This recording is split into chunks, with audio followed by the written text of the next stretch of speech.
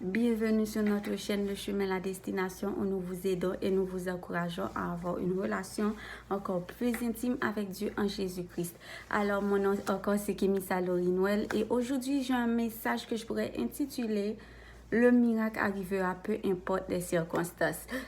C'est déjà arrivé à quelqu'un où vous êtes dans une situation où, qui n'est pas comme agréable pour faire rentrer un miracle, vous vous trouvez dans une impasse ou bien vous êtes dans un deuil ou bien dans une circonstance où vous pensez que un miracle ne peut pas arriver. C'est un peu comme au moment de la COVID, lorsque le coronavirus a commencé et que beaucoup de personnes perdaient leur boulot, beaucoup de personnes souffraient, c'est comme l'économie avait baissé, il y avait beaucoup de cas. C'était une époque où les gens se demandaient, est-ce que Dieu va faire vraiment quelque chose pour moi? Est-ce que dans ce conflit-là, dans cette pandémie-là, une situation qui touche le monde, qui touche le niveau économique et plus encore familial.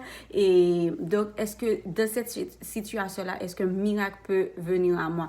Je me souviens lorsque le coronavirus avait commencé parce que j'avais passé un an sans travail et là je priais tout le temps pour que Dieu me donne un travail parce que je passais un an sans travail. Il fallait que j'avais des billes quand même. À l'époque c'était pas énorme mais quand même j'avais des billes et c'était quasi difficile pour mes parents.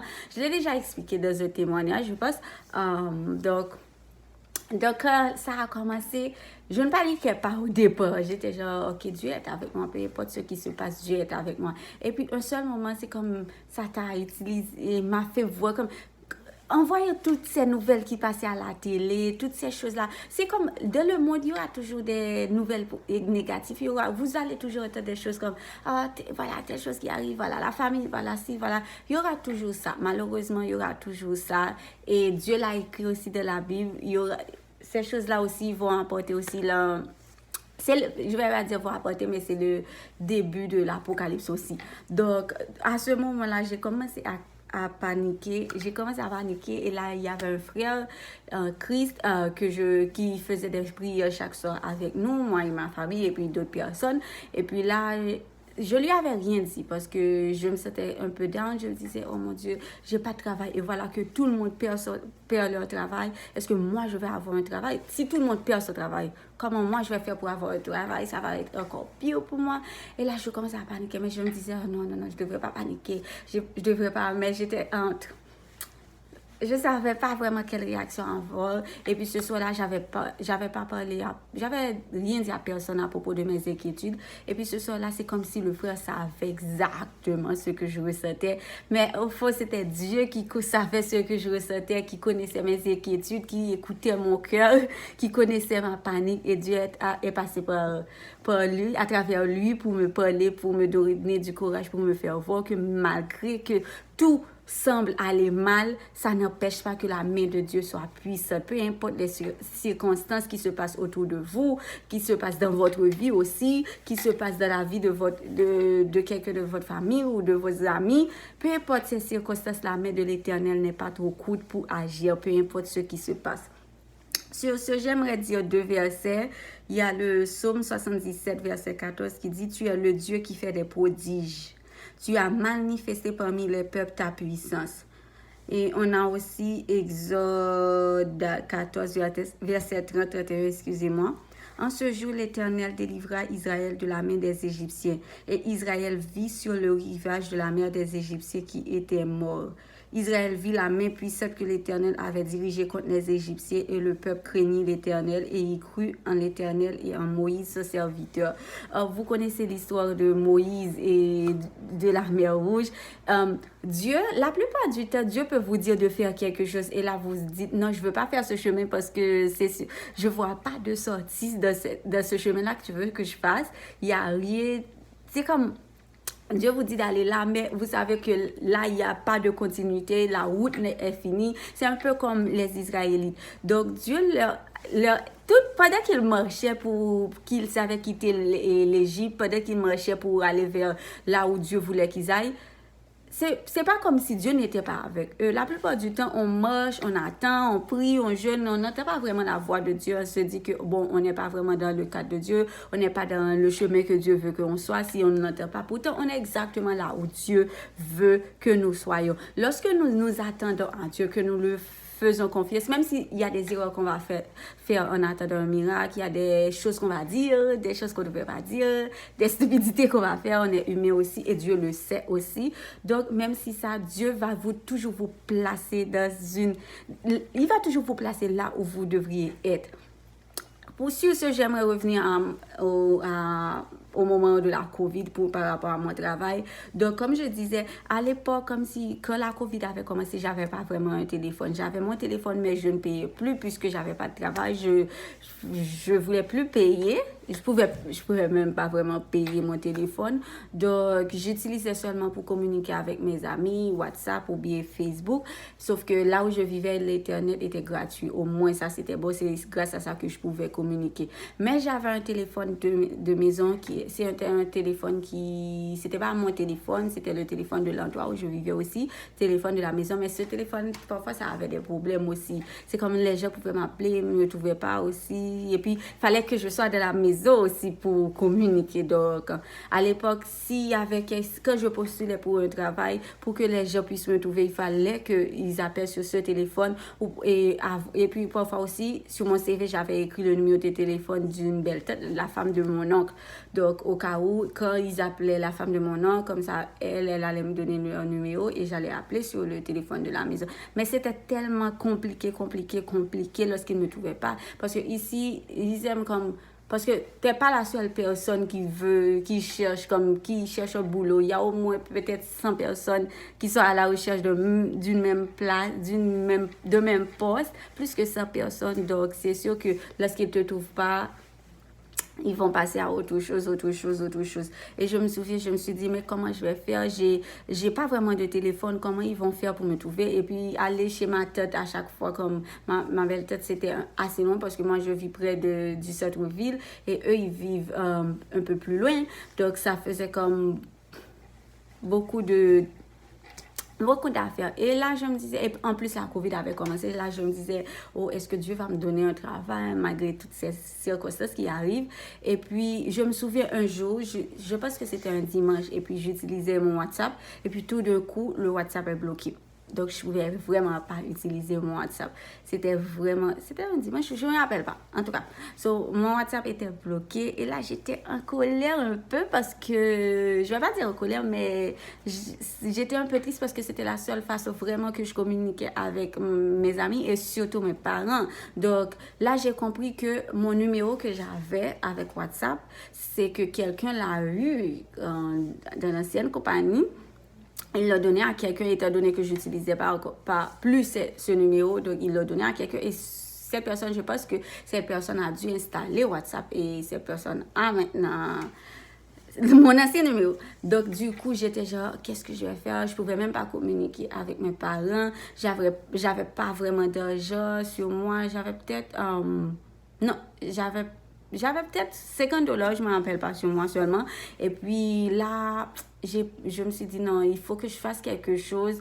Mais en même temps, je me disais, c'est la main de Dieu qui agit. C'est sûrement Dieu qui veut me faire comme passer à autre chose. Parce que rien n'arrive sans raison. Même quelque chose de banal, il y a une raison en cela. C'est les choses qu'on pense qui sont banales, qui sont stupides, qui sont les petits détails. Chaque petit détail, chaque chose qu'on pourrait dire banale, chacune de ces choses conduit à l'accomplissement et d'un miracle, conduit à, comment je pourrais dire, à l'existence de notre miracle, à l'approchement aussi de notre miracle. C'est pour ça qu'il est aussi important d'être attentif.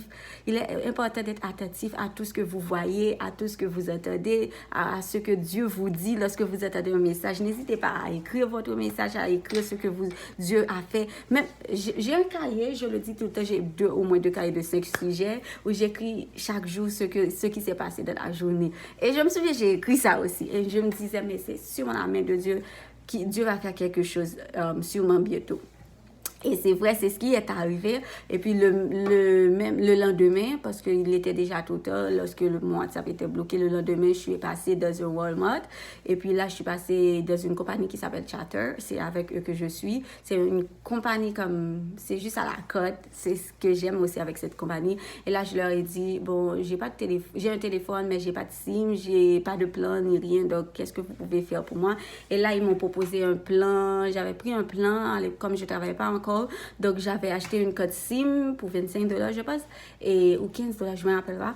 Et puis là, j'ai pris un plan avec eux pour $25. J'avais pris comme 1 gig ou 2 gigs d'Internet avec eux. Et je pense que ça s'est passé dans un week-end.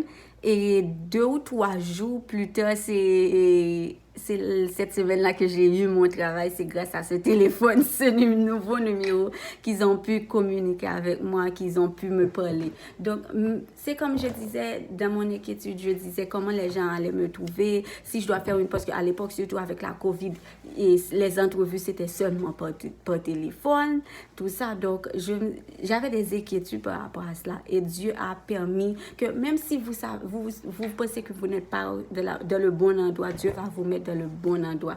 Croyez-moi, il va vous mettre dans le bon endroit. Excusez-moi, il pleut un peu, donc ça se peut que vous entendiez un peu ce qui se passe. Donc, comme je disais, peu importe l'endroit où vous êtes, peu importe les circonstances, peu importe, même si vous n'êtes pas en état de recevoir un miracle, croyez-moi, le miracle va arriver. Il y a un pasteur, le pasteur Grégory Toussé, qui a dit que quand c'est pas encore l'heure du miracle, même lorsque vous courez après le miracle ne va pas vous laisser le trouver. Mais lorsque c'est l'heure que votre miracle arrive, même si vous étiez dans un trou, peu importe là où vous étiez, le miracle, c'est lui qui va courir après vous. Donc, je vous dis la même chose, peu importe où vous êtes, ne vous inquiétez de rien,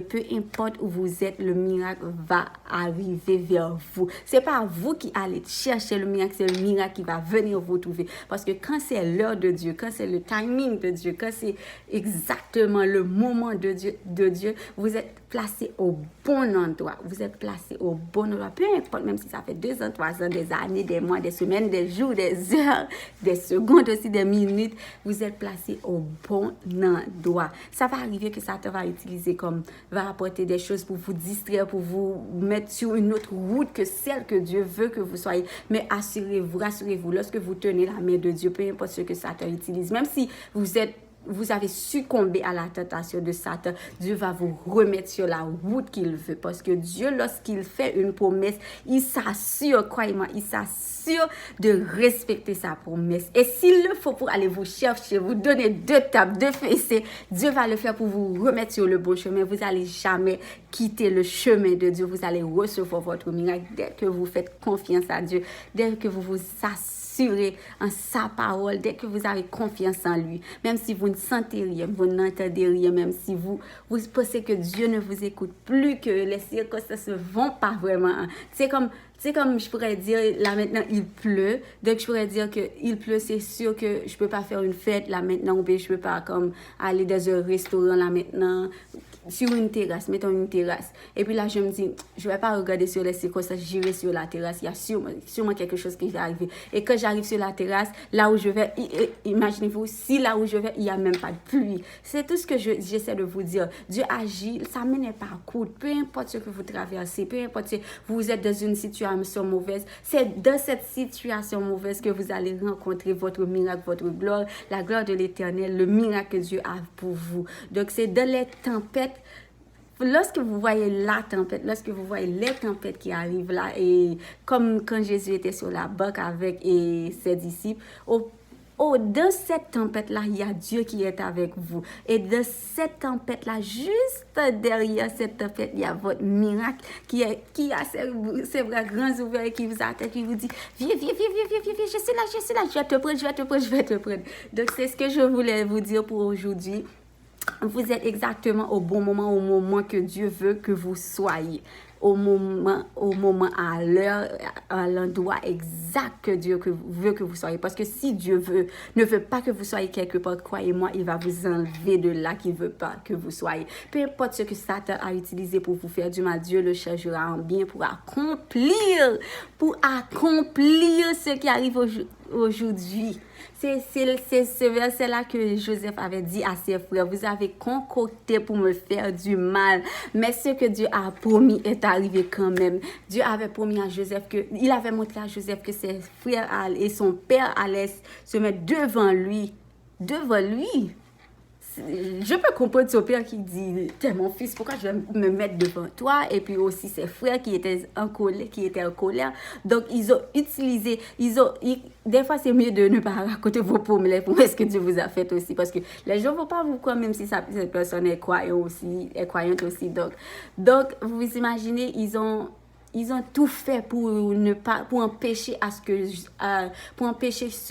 que Joseph a dit d'arriver, mais c'est arrivé quand même, parce que quand Dieu dit quelque chose, il arrive quand même. C'est Dieu.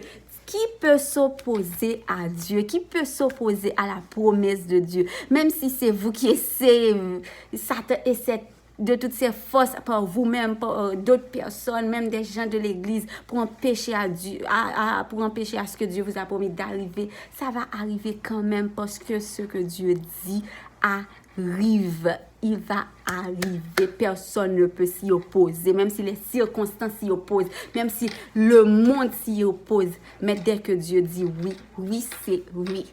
Alors, c'était tout pour aujourd'hui et j'espère que ce message va vous aider aujourd'hui. Et si ça vous aide, n'hésitez pas à partager avec quelqu'un d'autre et n'hésitez pas à vous abonner sur notre chaîne. C'était encore Kémissa Laurie Noël sur Le Chemin, la Destination. Et n'oubliez pas de visiter notre blog chemindestination.com où vous y trouverez des témoignages, des méditations, des articles sur les couples, le célibat, sur la famille, musique et autres. Et n'hésitez pas à nous partager aussi vos témoignages parce que le monde a besoin d'entendre vos témoignages.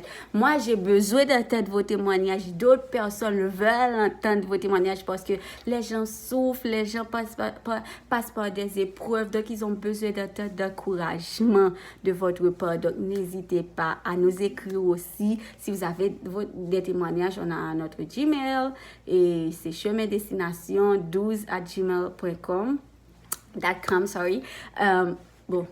.com puisque je parle français. Et donc, n'hésitez pas à nous écrire, n'hésitez pas à nous partager ce que vous voulez, des articles, des témoignages, des poèmes, des méditations, des exhortations, vos musiques aussi. Donc, tout ça, c'est pour la gloire de Dieu que vous le faites. Alors, je vous souhaite une agréable journée ou une bonne soirée, dépendant de l'heure que vous m'écoutez. Merci.